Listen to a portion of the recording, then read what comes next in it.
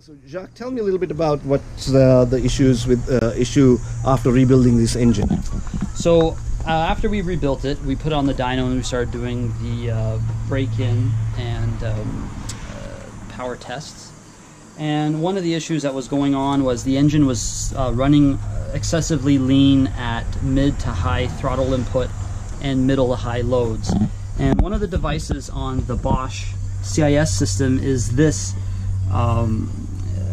fuel regulator. It does a couple of different things. It's kind of considered a warm-up regulator slash fuel pressure regulator, very fine adjustment regulator. And what this does is on cold starts of the motor, it excessively richens the fuel mixture, so you have a better running motor when the engine's cold until it gets up to temperature, and then starts to lean out the mixture as it warms up.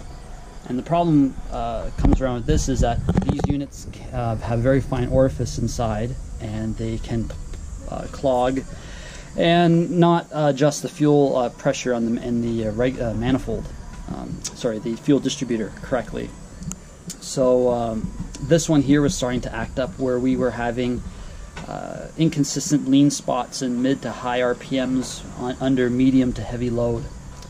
Now these are virtually impossible to find brand new, and used ones, the prices on them are astronomical.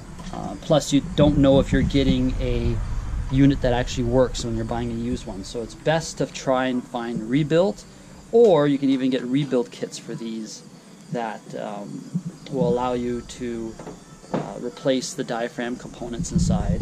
There's a little heating element inside that also sometimes go bad, although rarely. That can be checked with a multimeter and whatnot. So finding a rebuilt one or rebuilding it yourself if you've got the equipment is a good ideal for when you're having fueling issues with the CIS system.